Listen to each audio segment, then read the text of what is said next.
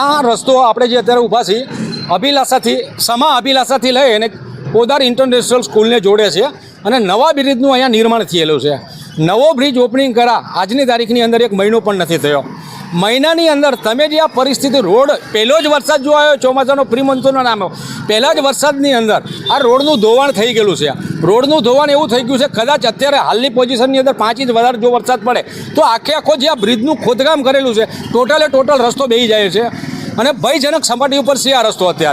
અત્યારે જેમ મને કોર્પોરેશનના જે કોઈ અધિકારી હોય આ સ્થળ ઉપર વિઝિટ કરે અને આ જે રોડનું નિર્માણ કરેલું છે કોન્ટ્રાક્ટરને બોલાવી અને બતાવે કે ભાઈ આ શું છે કરી અને અત્યારે યુદ્ધના ધોરણે અત્યારે કામ ચાલુ કરવું પડે.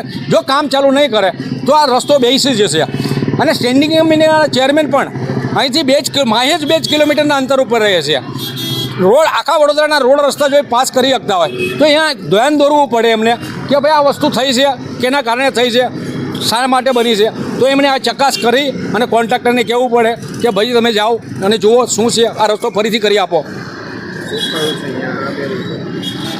આ રોડ ઉપર ગઈકાલે જે વરસાદ થયો વરસાદના કારણે આખો રોડ ધોવાઈ ગયેલો છે અને ભૂવો ના કહેવાય અને કાયદેસરનો રોડ બેસી ગયો કહેવાય. અને 3 પાછળના ભાગમાં તે બેસી જ ગયેલો છે. એક સાઈડની ભાગમાં તે